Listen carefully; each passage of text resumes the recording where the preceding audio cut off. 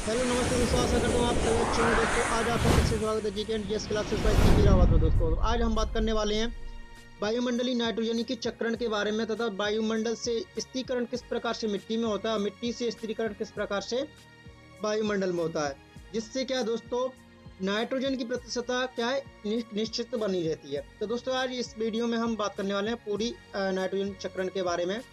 तो दोस्तों वीडियो को अंत तक देखना, क्योंकि आप हमें पता है कि चैनल को सब्सक्राइब और लाइक तो करोगे नहीं दोस्तों, फिर भी क्या है हम दोस्तों आपके लिए वीडियो बनाते रहेंगे ऐसी प्रकार की। क्योंकि दोस्तों अगर आपका एक क्वेश्चन एग्जाम में मिलता है हमारे इससे इस वीडियो में से, तो दोस्तों हमें भी बहुत अच्छी खुशी होगी कि हमारी वजह से आपका एक नंबर बढ़ा।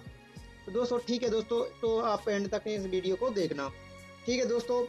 तो अब बात करते हैं हम नाइट्रोजन चक्रण के बारे में। किसके बारे में दोस्तों? नाइट्रोजन की चक्रण के बारे में हम बात करने वाले हैं कि नाइट्रोजन चक्रण होता क्या है।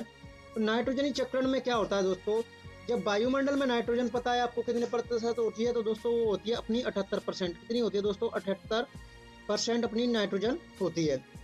जो 78% नाइट्रोजन होती है दोस्तों, वो किस प्रकार से अपनी ये सीमित बनी रहती है, ना ये घटती है ना बढ़ती है। क्यों ऐसा क्यों होता है दोस्तों? तो होता क्या है दोस्तों, जो वायुमंडल में नाइट्रोजन है वो एक जीवाणु होता है जिसका नाम है राइजोबियम जीवाणु। कौन सा दोस्तों? राइजोबियम जीवाणु होता है। वो जीवाणु क्या करता है दोस्तों, लेगियम पौधे की जड़ों में, किसमें दोस्तों? दलहन पौधों की जड़ों में पाया जाता है दोस्तों। किस जड़ों में पाया जाता है? दलहन पौधों की जड़ों में पाया जाता है। दलहन पौधों की जड़ों में क्या होता है दोस्तों, जो ग्रंथि होती हैं, जो जड़ें होती हैं, उनकी ग्रंथियों में ये पौधे पाए जाते हैं। जैसे बटर है, चना है दोस्तों, मटर है, चना है, सेम है, और इस प्रकार की जो दलहन फसल होती है जैसे सोयाबीन है, आय इत्यादि फसलों में क्या है दोस्तों, इसकी जड़ों में, ये पौधों की जड़ों में पाया जाता है। जिससे दोस्तों क्या होता है, ये वायुमंडल से नाइट्रोजन को क्या करते हैं, अवशोषित करते हैं। क्या करते हैं दोस्तों? अवशोषित करते हैं और मिट्टी में स्थानांतरित कर देते हैं। क्या होता है दोस्तों? मिट्टी में स्थानांतरित कर देते हैं। अब आपको दोस्तों किस प्रकार से बताते हैं कि किस प्रकार से करते हैं। मिट्टी में स्थानांतरण किस प्रकार से करते हैं, आप दिखा रहा होगा दोस्तों, इस प्रकार से ये इधर में आ गया दोस्तों। अब ये जाने के बाद में कहाँ पे जाएगा दोस्तों, ये आपको डैश दिखाई दे रहा होगा, यहाँ से ये दोस्तों रिमूव करते हुए कहाँ पे पहुँच गया दोस्तों, तो हम अपना पहुँचता है ये वायुमंडलीय नाइट्रोजन का जीवाणु एवं नीले हरे शैवाल द्वारा स्थिरीकरण मिट्टी में किया जाता है। कहाँ पे किया जाता है दोस्तों? इनके द्वारा जो नीले हरे शैवाल होते हैं वो क्या है, इसका मिट्टी में स्थानांतरण कर देते हैं। और दोस्तों एक दूसरी क्रिया होती है जिसके द्वारा भी क्या होता है दोस्तों, अपनी वायुमंडलीय से नाइट्रोजन आती है जो तड़ित द्वारा। तड़ित जो ऐसे बिजली चमकती है दोस्तों, आपको पता होगा बारिश के समय, उस समय भी क्या होता है, नाइट्रोजन का स्थिरीकरण मिट्टी में कौन करता है दोस्तों? तो बिजली के द्वारा होता है। इस प्रकार से दोस्तों, इस प्रकार से ये आ जाता है और अपना ये मिट्टी में कर देता है। किस में कर देता है दोस्तों? मिट्टी में उपस्थित नाइट्रोजन के यौगिक क्या बनते हैं दोस्तों, मिट्टी में जो नाइट्रोजन के यौगिक बन जाते हैं। और इस प्रकार से जीवाणु द्वारा स्थित नाइट्रोजन को नाइट्रोजन यौगिकों में परिवर्तित कर दिया जाता है। क्या आपको दिखाई दे रहा होगा दोस्तों, क्या दिखाई दे रहा है कि जीवाणु द्वारा स्थित नाइट्रोजन को नाइट्रोजन यौगिकों में परिवर्तित कर दिया जाता है और इसके द्वारा मिट्टी में उपस्थित यौगिक बन जाते हैं। क्या दोस्तों? मिट्टी में उपस्थित यौगिक बन जाते हैं। अब होता क्या है दोस्तों, मिट्टी में पहुंच गया तो मिट्टी की जड़ों के द्वारा क्या है, पौधे इसको अवशोषित करते हैं। क्या करते हैं दोस्तों? पौधे इसको अवशोषित करते हैं और यौगिकों में परिवर्तन होने के बाद में इसको पौधे उपयोग में कर लेते हैं। मिट्टी के द्वारा जो जड़ें होती हैं उसके द्वारा दोस्तों क्या है, इसका परिवहन पौधों में हो जाता है और खाने बनाने की प्रक्रिया जो पत्तियों में होती है, वो खाने बनाने की प्रक्रिया वो दोस्तों हो जाती है। पौधों द्वारा अवशोषण करने के बाद में क्या होता है दोस्तों, आपको ये डायरेक्शन दिया गया है, ये डायरेक्शन दिया गया है दोस्तों, आपको ये दिखाई दे रहा है ये डायरेक्शन।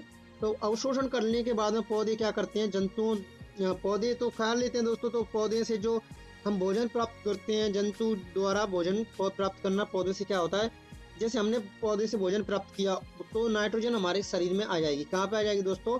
नाइट्रोजन हमारे शरीर में आ जाएगी और उत्सर्जन एवं जीवों की मृत्यु द्वारा उत्पन्न नाइट्रोजन अपशिष्ट बदल जाता है। देखो दोस्तों क्या होता है, जैसे हमारे शरीर में नाइट्रोजन का प्रवेशीकरण हो गया, जैसे हम प्रोटीन खाते हैं तो उसमें भी क्या होता है दोस्तों, ये नाइट्रोजन की यौगिक होती है, प्रोटीन है जो प्रोटीन है, और इस प्रकार से ये नाइट्रोजन की यौगिक होते हैं। अब ये नाइट्रोजन के यौगिक प्रोटीन है तो प्रोटीन हम खाएंगे, मतलब प्रोटीन हमारे शरीर में चला जाता है।